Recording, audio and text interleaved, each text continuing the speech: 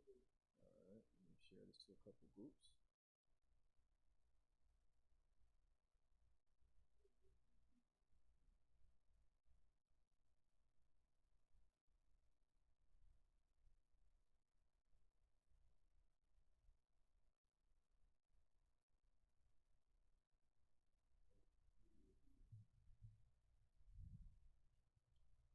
All right.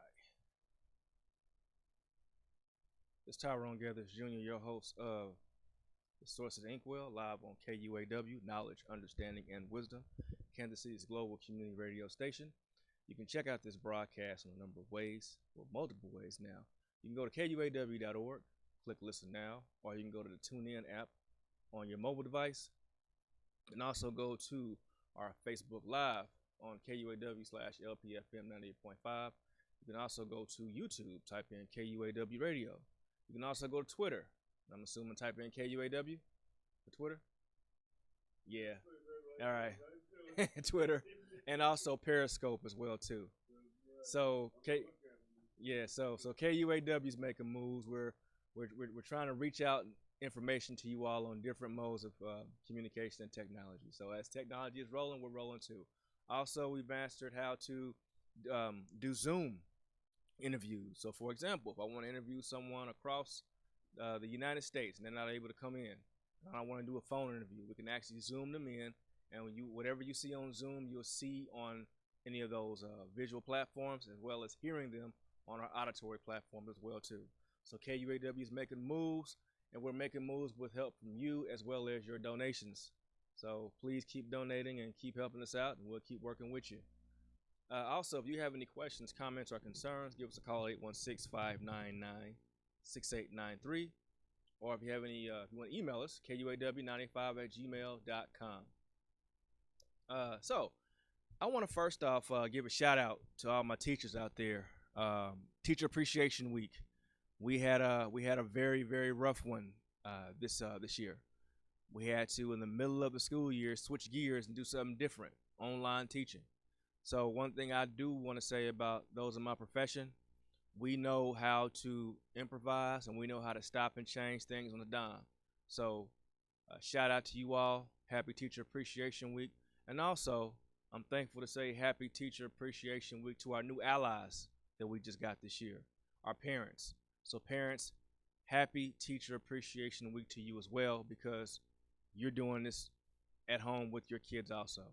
So, wanted to share that sentiment with you all, because it's good to go into a fight with backup. And parents, you have been our backups during this whole time. So today, I want to kind of shift gears. I know last week I talked about COVID-19 and coronavirus and all of that in regards to the not the conspiracies, but the lies that's been told. I kind of want to give that a break because it's so much stuff going on about that, and I don't want to keep beating a dead horse and getting amp on something that we already know what's going on. But I do want to throw something out, and I was kind of inspired by T Baby's show. T Baby's program, The Truth Be Told, is on before mine. And a few months ago, she spoke about St. Patrick's Day in regards to, what it really is. One thing I want to say that in this country, the United States of America, has a habit of bastardizing other countries. And when I say that, I mean that to say that we like to do a form, do a form of imperialism. And what I mean by that, when you look at imperialism, it happens, probably one of two popular ways. One, I come in, I take everything away from you that's you, and I put me in your culture. Or you see what the ancient Romans did to the Greeks. Oh, I like what you got going on. We're going to take it and adopt it as ours and tell you how to worship your gods and live your culture. The United States has a bad habit of doing that. Okay? What this country tends to do is we pick and choose things out of certain people's cultures and try to adopt it and make it our culture. Now, of course, you're going to say, well, America's a melting pot. Of course it is. But think about it like this. It's okay to adopt someone's idea or use someone's idea. but you have to give credit to the source. Case in point, if I am writing an essay and I'm utilizing someone else's material, I'm going to give credit to that author. Well, the United States does not do that. We plagiarize. We make it seem like the culture is ours. Okay? We make it seem like that holiday is us. We came up with this idea. That's our concept. And you got people walking around saying, this is what goes on here. We did this. We're the originator. What does Little Richard say? The originator, the creator, the all that. See, America walks around like Little Richard. Thing is, he actually did that. For the most part, the United States has not. There's a T-shirt that someone wore, and it says, "Love black people like you love black culture." This particular country needs to love the people in the country just like we love their cultures. Today is Cinco de Mayo. Cinco de Mayo is a holiday that the United States celebrates. Since I've been in existence of the holiday, I've thought it was it was a holiday. And also people are saying, yeah, Cinco de Mayo is falling on Taco Tuesday, another Americanized holiday. And I sat back, and it was years ago, because like I have had a lot of students from Mexico, and this was I believe it was either East High School or at Kaufman Scholars, and we were just talking about Cinco de Mayo, and I remember asking the student, I said, "Hey, it's Cinco de Mayo. What y'all gonna do today?" And they looked at me like I was crazy and said, "Man, we don't roll like that." And I said, "Oh," so we sat and had this real healthy discussion about that particular piece, and it opened my eyes to a lot of things.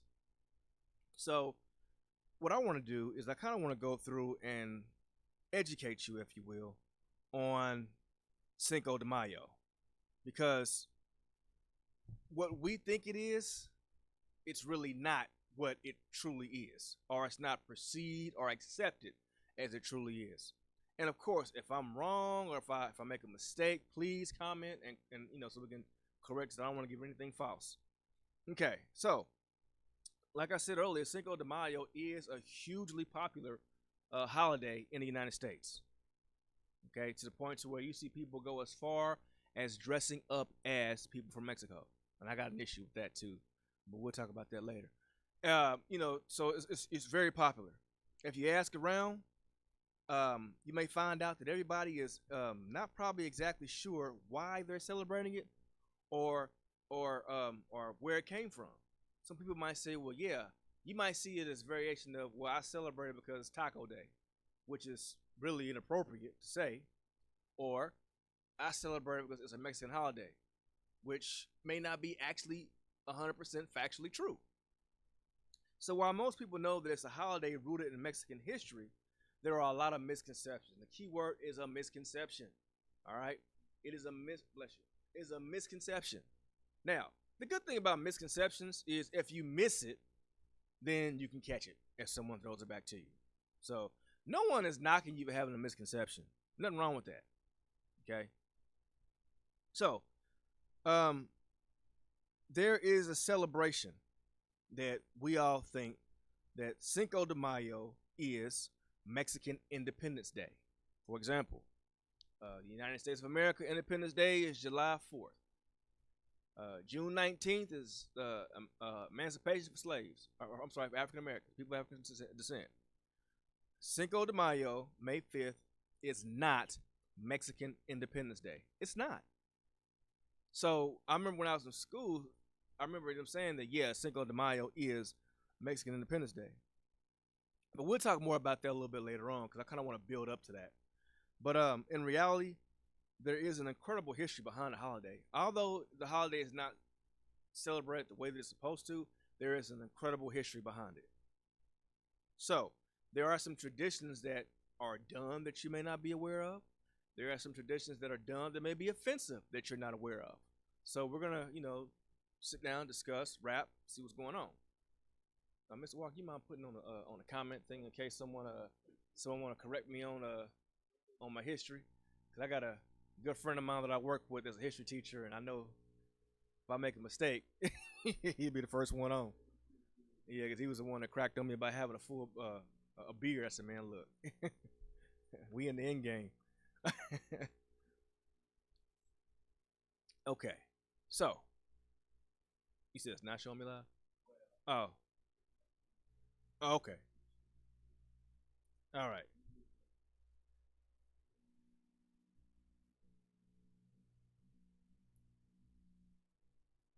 So it says here that Cinco de Mayo marks Mexico gaining its independence, similar to the Independence Day in the United States of America.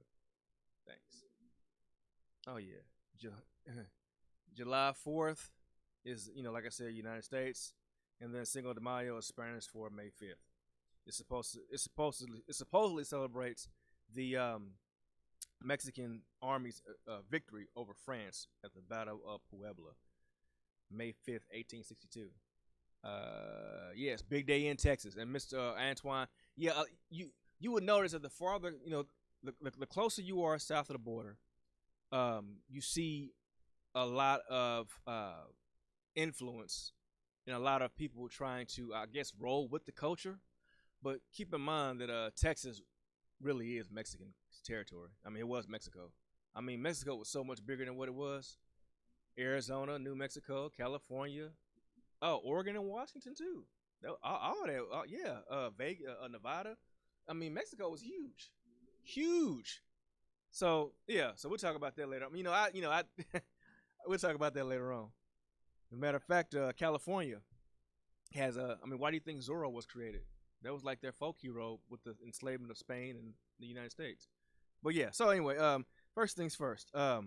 Mexican Independence Day isn't until September. Um, while it does not celebrate a national victory, I'm sorry, while it does celebrate a national victory, Cinco de Mayo isn't Mexican independence. The actual Mexican Independence Day is celebrated on September 16th. So September 16th is the Mexican Independence Day. Cinco de Mayo is not Mexican Independence Day, but it is an important battle because during that battle in the Battle of Puebla in May 5th, 1862, they were fighting the French, and it's a good thing that our Mexican brothers and sisters defeated the French because if they did not, then more than likely French might have been the language spoken down there mostly, but you know they didn't, so that's why we have that. Which is a beautiful language. Sound like Trump. Beautiful, beautiful. Uh, Now let's see what else. Mexico was the underdog in that battle. Now, during that time period in the 1800s, um, you had a lot of your big weights in or your heavyweights in that time period.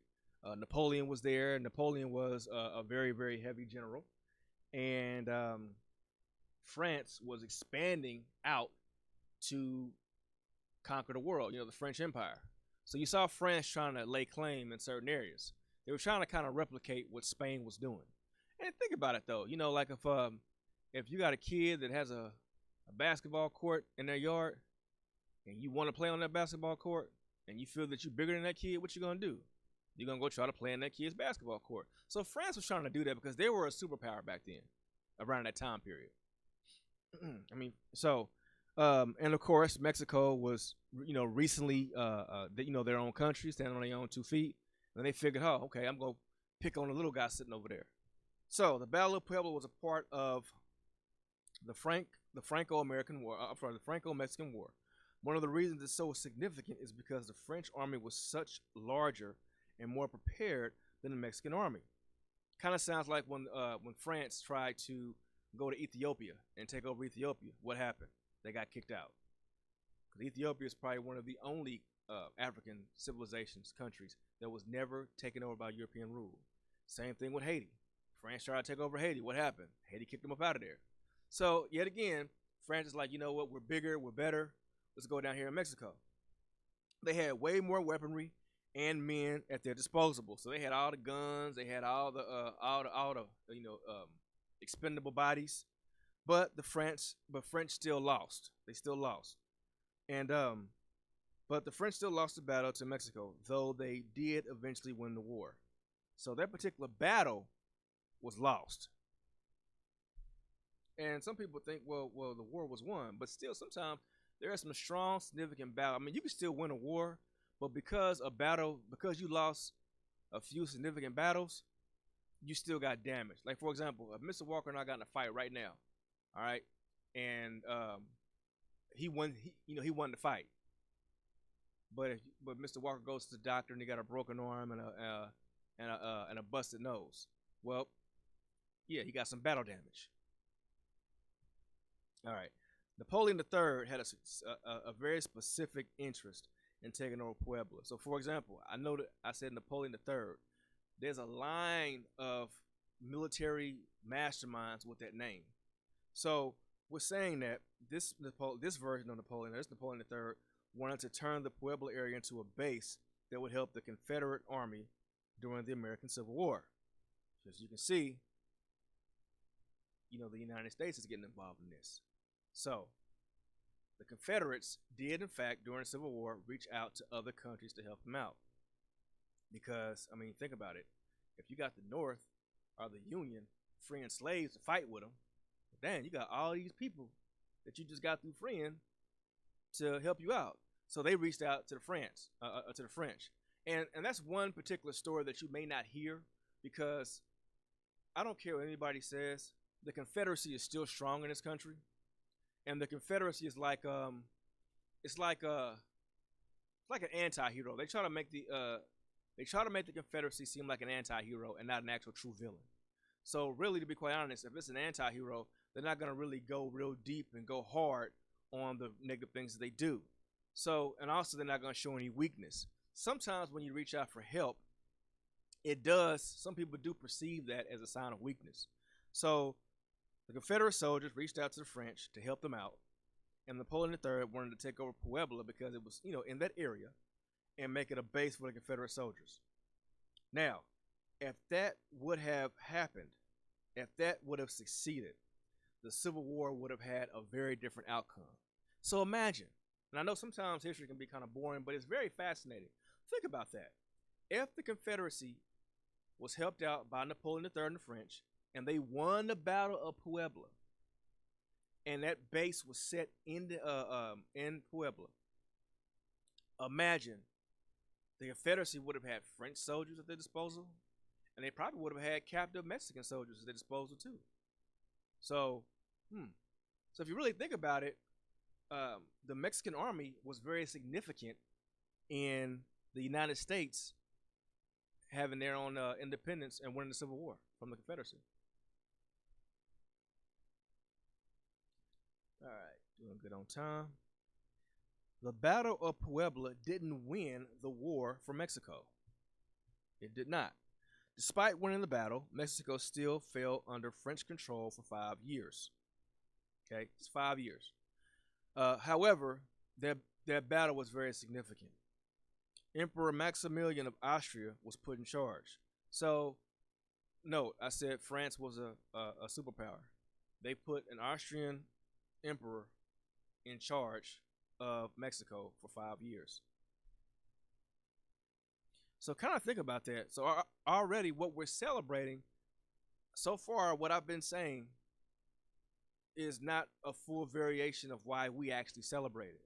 So far we understood that Cinco de Mayo was not Mexican independence. It was a very significant battle that the Mexicans did win. And as a matter of fact, the win that the Mexicans had was a definite win for the United States, because it really turned the tide of the Civil War. It really gave a crushing blow to the Confederacy. And then on top of that, we're starting to realize that now the French have won, since they won the war, they're now getting other countries involved too. All right. Now,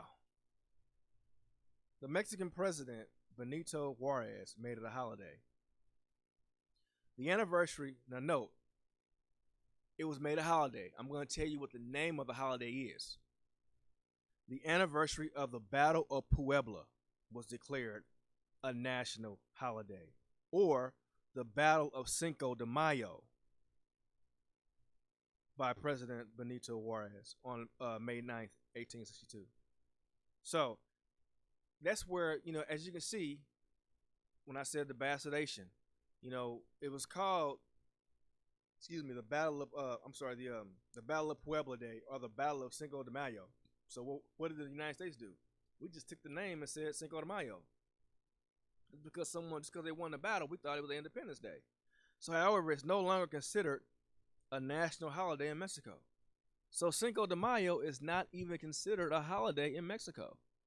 It's not. At one time it was, but it celebrated the battle that took place, but it's no longer seen as a holiday in Mexico. It's not. So don't be surprised if, some of your brothers and sisters who are from Mexico or countries that are relative in that area, they don't celebrate it. I mean, that's why. See, we all assume that just because somebody is what we think they are, that it is. And really, it's not. Now, as to why they don't, our Mexican brothers and sisters don't celebrate it,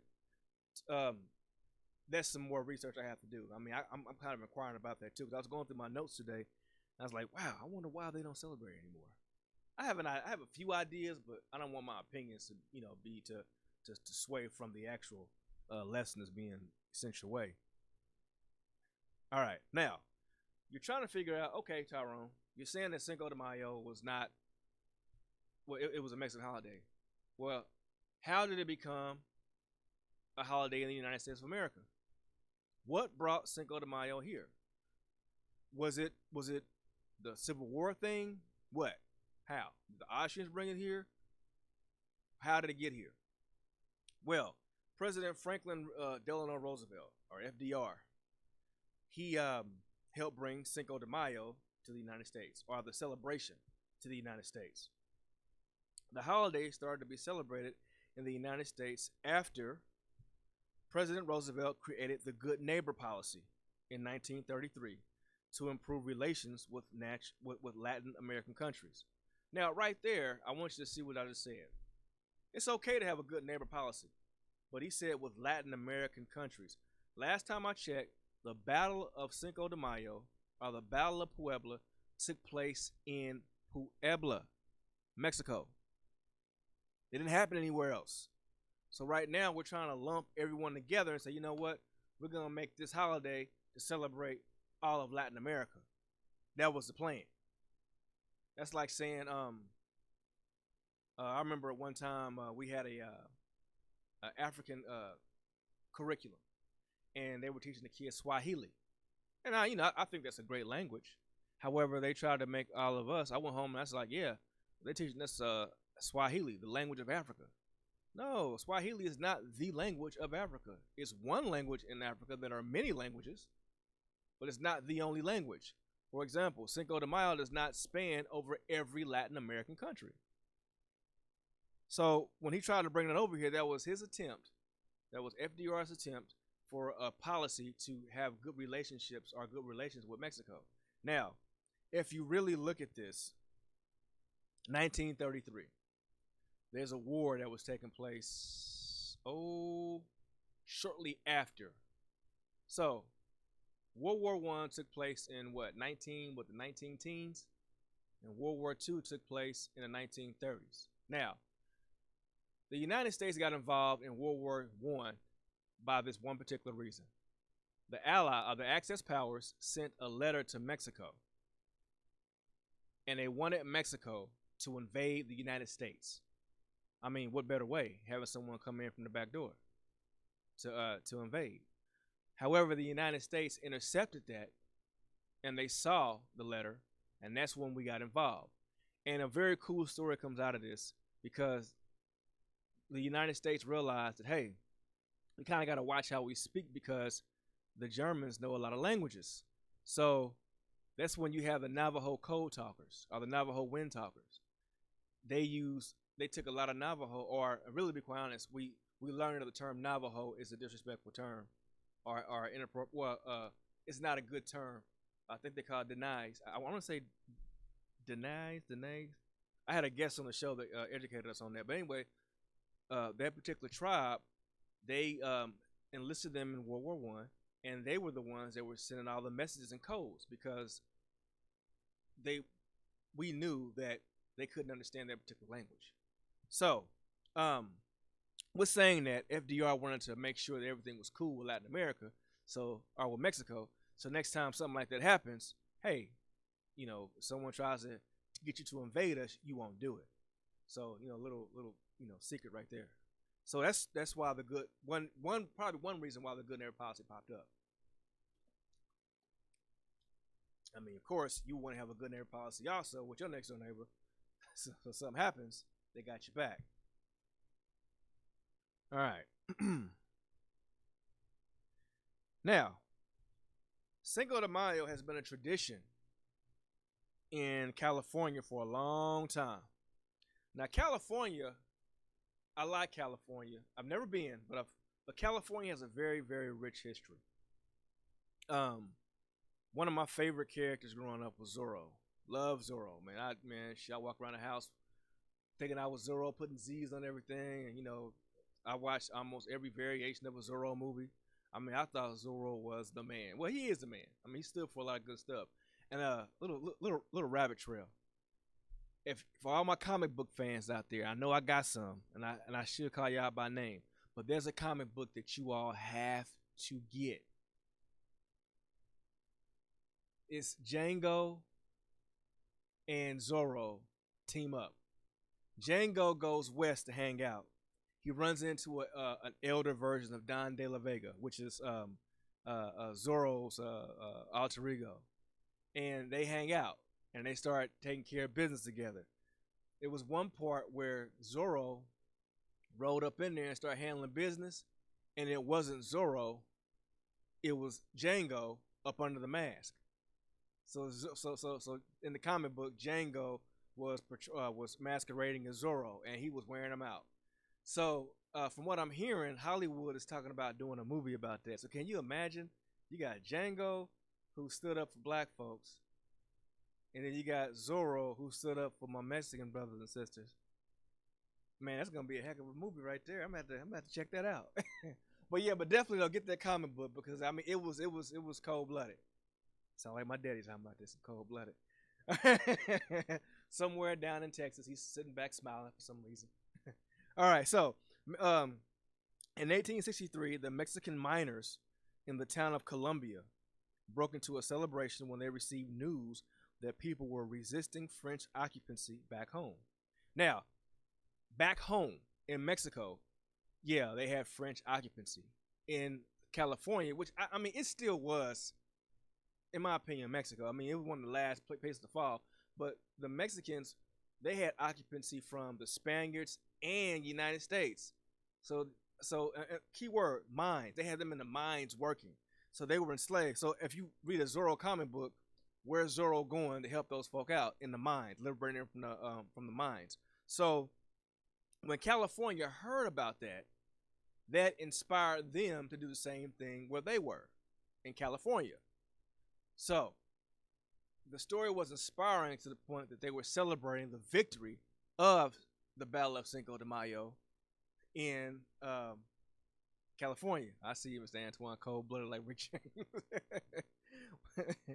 All right. So as you can see, the liberation of their brothers and sisters gave them inspiration, and I want to say that the story of Zorro was derived from that. Because from a long time, for a while, I actually thought Zorro was a real person. However, the concept of Zorro was, and it was derived from their hope and celebration of Cinco de Mayo.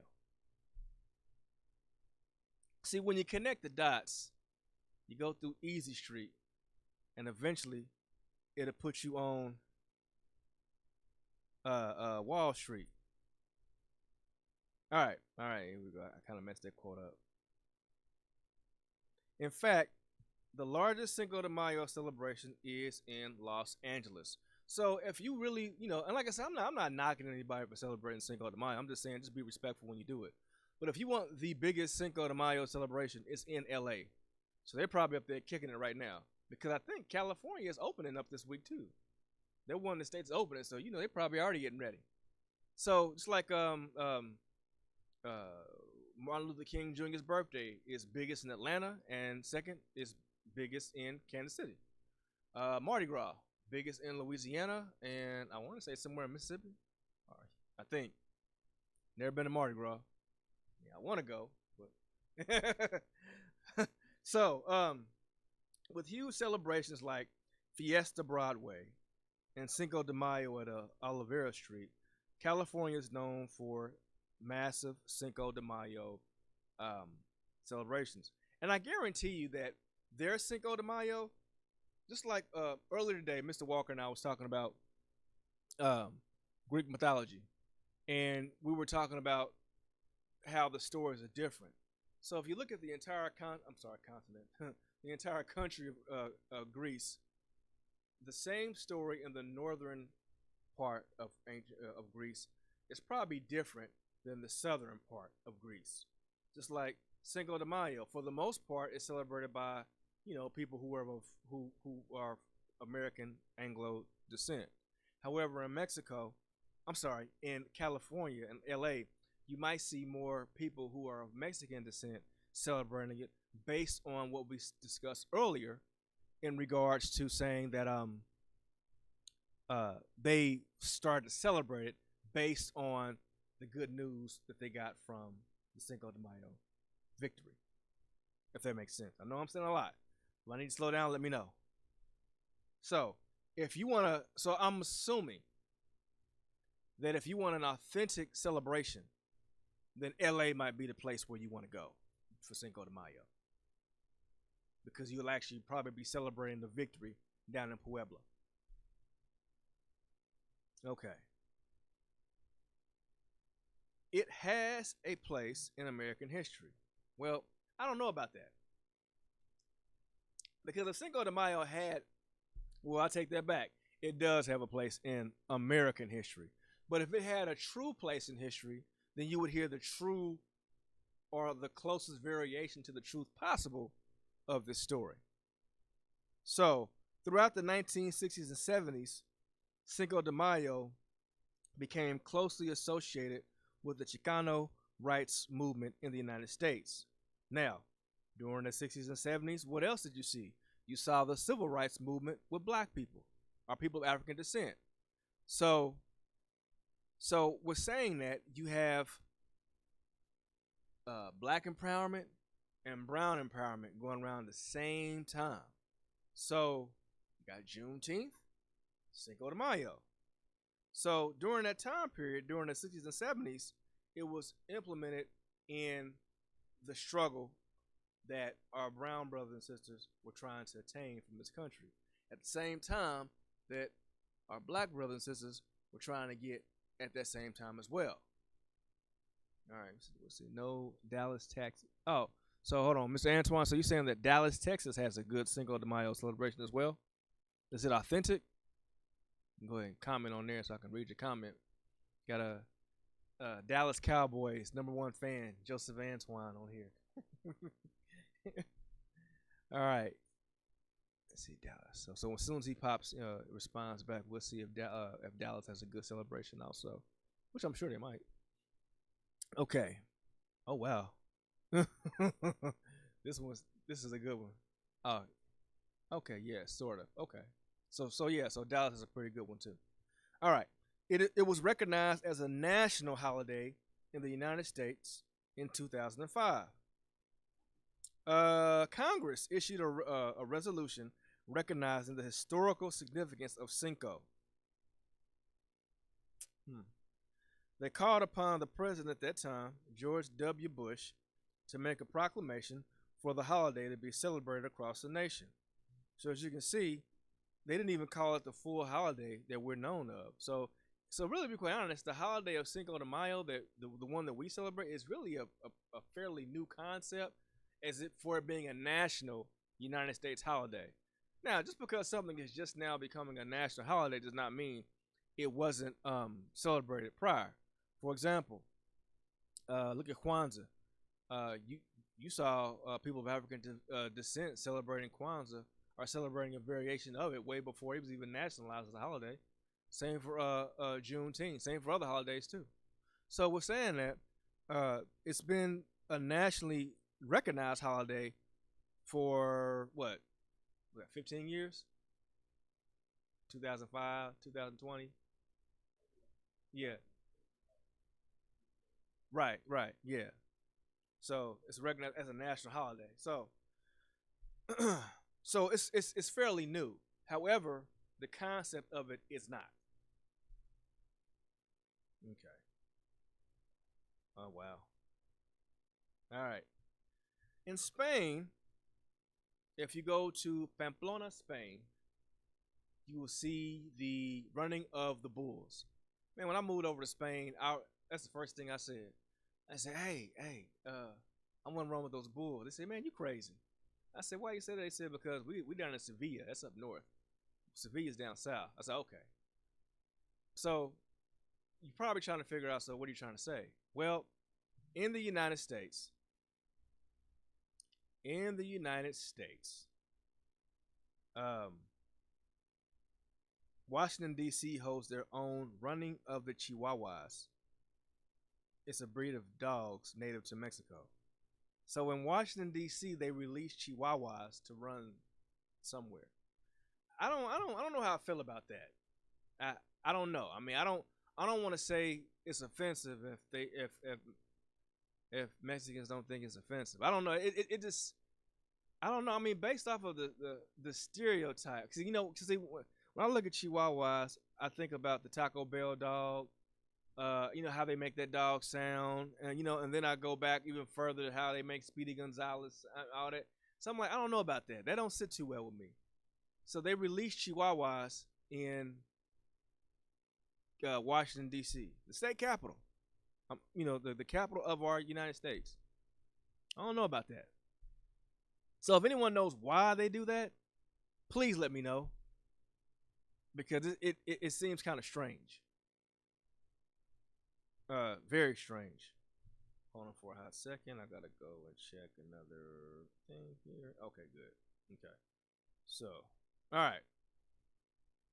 So I don't know. I mean, it's like, how would you respond to that? I mean, you sitting there and they say, hey, we're gonna release the Wrangler Chihuahua, because I mean, because if you know the history, you don't really see much of a Chihuahua, or you don't see any variation of a Chihuahua in a Cinco de Mayo. And then also, I wonder if Chihuahua is close to Puebla as far as the location, because the dog is named after the city in Mexico. So I don't know. You looking it up? I don't, I don't, some just we're gonna check on that, because I'm trying to figure out how close Chihuahua is to Puebla, and if that has anything to do with the celebration of the battle. Okay. Mariachi music was created in Mexico and dates back to the 19th century. So mariachi originated in Jalisco, Mexico in the 19th century. The musicians would travel from town to town singing songs of revolutionary heroes and enemies and carrying news from one place to another. So, he said the bull is hard to find in Washington, D.C. Okay. All right, so mariachi music. It's a very revolutionary background to it. As you can see, these brothers would travel from city to city talking about revolutionary heroes and how they triumph over their enemies. So when you see that, because Cinco de Mayo did take place in the 19th century, this music came about in the 19th century. Now, of course, prior to mariachi music, you had the flamenco style music, which was adopted from Spain, which the flamenco style music was adopted from Northern Africa. Didn't know that, did you? So when you see Puss in Boots running around snapping and clapping and stopping and singing and all that, that is really Northern African, because for 800 years, people who look like me ruled the Iberian Peninsula, which is Portugal and Spain. The Moors had sultans, and then up under them was Spanish kings. So the Spanish kings would answer to the sultans, and a lot of that that Moorish culture and that Northern African culture is deeply embedded into Spanish culture, which is deeply embedded all throughout Latin America and Latin American countries. Because when you really look at it, there are a lot of Spanish words that are really Arabic words. And Arabic is a strong language spoken in Africa. So, um, so back to the mariachi music, it was music that was seen as a revolutionary style music. We're gonna tell you the story of. Um, there's a movie, and man, I'm telling you, this movie changed my life. Mr. White, you found out how far I was? Uh, yeah, yeah, yeah. But is it close to Puebla though? Okay, so we're trying to find that out. Okay, so there's a movie that came out, and my family watched it together, and it like I'm telling you, to this day, when I think of revolutionary, this character pops in my mind. Antonio Banderas in the movie Desperado. Now, you gotta look beyond the man pulling the guns out of the guitar case and lighting people up. He was a mariachi, and the sequel to that movie really was three. It was El Mariachi, it was Desperado, and Once Upon a Time in Mexico. If you watch Once Upon a Time in Mexico, Banderas gets together with two other brothers, and they were a group of mariachis, and they were revolutionaries, and they were helping the Revolutionary Army overthrow a tyrant. So they were revolutionaries protecting the state of Mexico, or the state of government in Mexico. So that right there, that character was very profound, and it connects with the history of the mariachi. A mariachi is a revolutionary folk hero in his own might, because he's actually going around from town to town saying revolutionary things, singing revolutionary songs. And we all know that if you are a revolutionary, if you are revolting against something, whether it's good, bad, or indifferent, you're looked at slightly kind of with a side eye. So they're going from town to town to town singing revolutionary songs.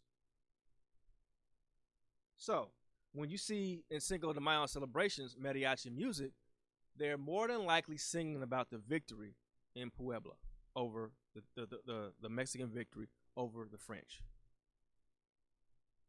All right, all right, all right, all right, all right. The traditional dance, the ballet folklorico, is a traditional Mexican folk dance that dates back to Mexico's 1810 War of Independence. So, there's a dance that you see, and you see the sisters wearing those nice, colorful dresses, and you see the young men accompanying them. Let me see if I can show you this picture. It's amazing what you see that connects. Um, it's a celebration of independence in the War of 1810, and it's characterized by both colorful clothing and mariachi music. So, as you can see, some of the most popular dances that you see in Mexican culture is, in fact, um, revolutionary type stuff. It's in celebration of independence from something else. So when you see the dances and you see this and you hear the singing, it is, if it's true Cinco de Mayo or the Battle of Cinco de Mayo, it's talking about the victory over some type of revolt. Did you find out where it was?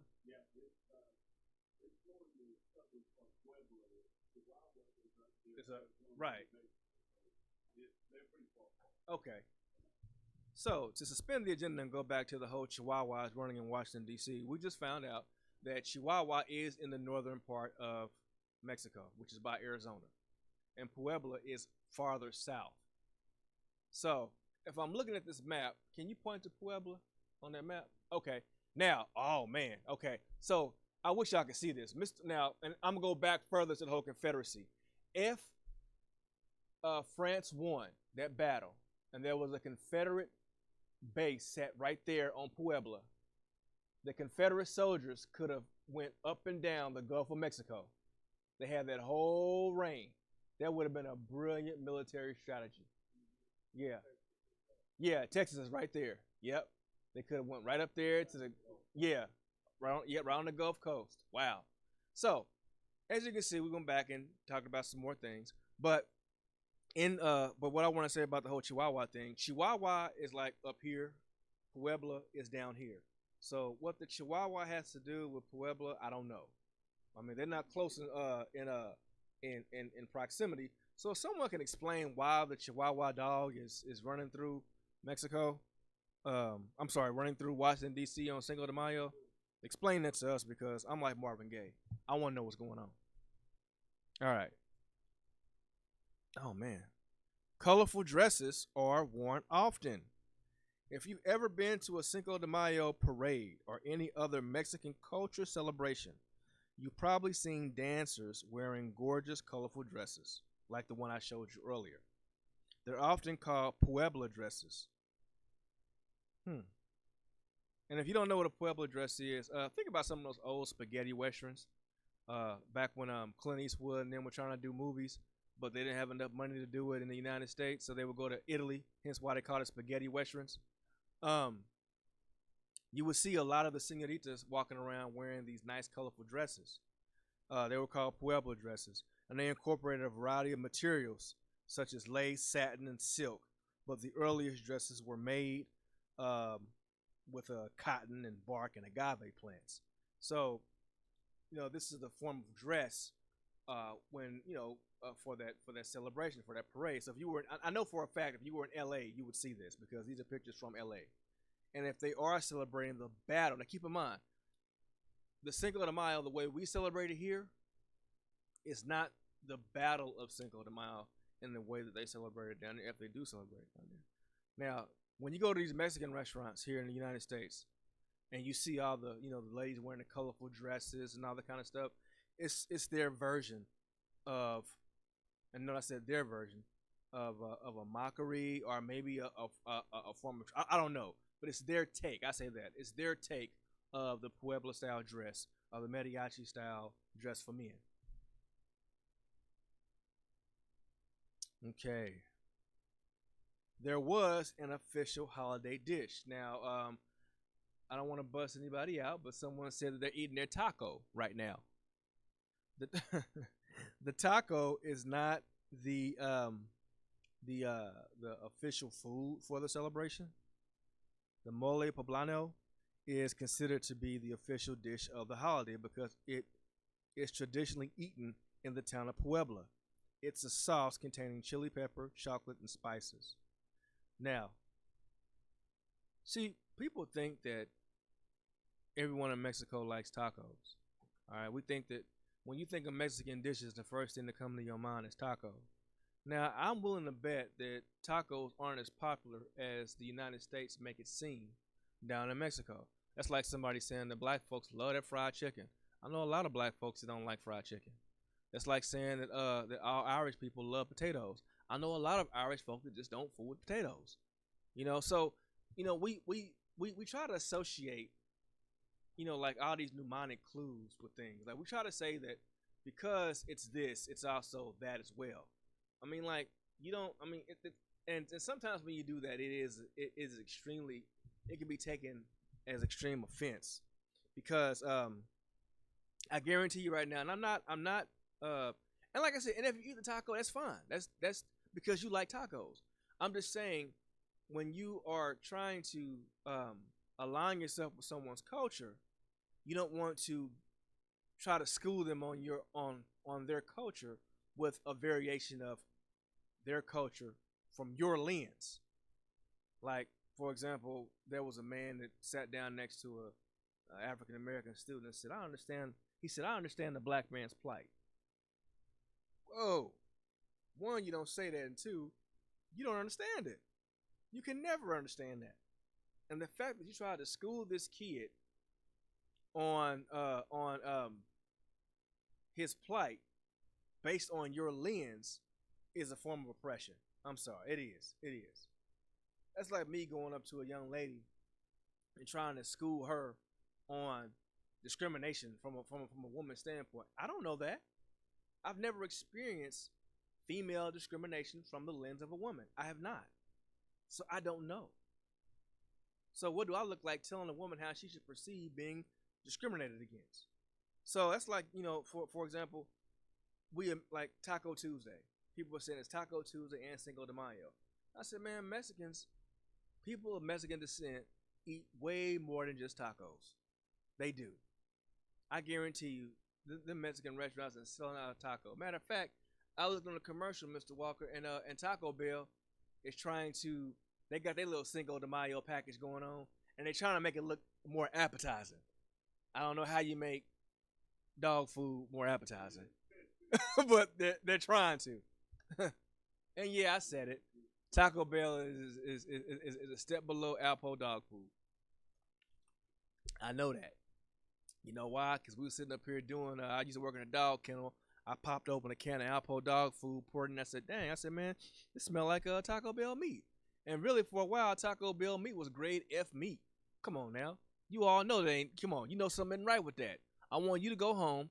Now, my sister, I love my sister. She's a darn good cook. She get it from her mama. If my sister makes taco ground beef, or if your abuela makes ground beef, it looks a whole lot different than Taco Bell. It looks way better. Matter of fact, if you ask people what goes in the taco, the United States answer is beef and probably chicken after that. But there's way more meat that they put in those tacos. I've seen beef, ground beef. I've seen chicken. I've seen cow tongue. I've seen brain. I've seen all kind of different versions of meat. I mean, I want to try some of them, but I don't know about the the tongue and the brain part.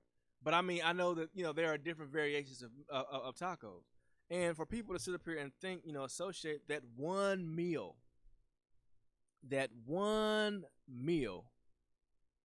Mr. Antoine. Okay, now yeah, you're right. Taco Bell is really beef, but from what I heard, it's grade F meat. You know how you got grade A beef? Taco Bell isn't grade A. It's barely passing. So, you don't want to associate that one food. So the mole poblano is considered the official dish of the holiday. Chili pepper, chocolate, and spices. I'm looking at a picture of it right now. It looks pretty good. I might want to try that. And and I tell people too that if you're gonna do, one more minute. If you're gonna do someone's celebration, get as authentic as possible, because the United States is in fact a melting pot. It is, and that's the good thing about the United States, because we have a little bit of everything running around in here, and that's good because we have different nationalities, different races, different religions, different cultures, different genders. We have all that around us to learn from, because when you sit down and you talk to someone and they discuss their culture with you, note, they discuss their culture with you.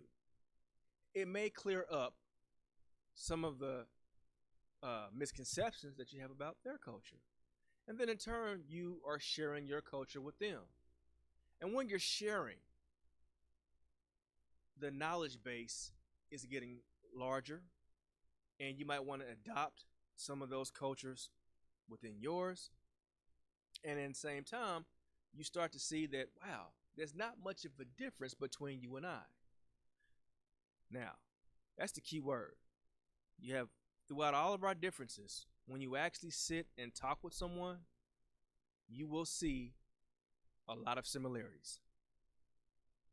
If you're going to celebrate something, be respectful to those who are affected by the celebration, and celebrate it right. Now, of course, you're going to celebrate it in a manner in which you want to celebrate it, but make sure it's not offensive to the origin of the roots. I'm Tyrone Gathers Jr., celebrating the battle of Cinco de Mayo. God bless. We'll see you all next week, because in the Inkwell, education overflows like ink. And just like ink, it stains permanent. See you next week.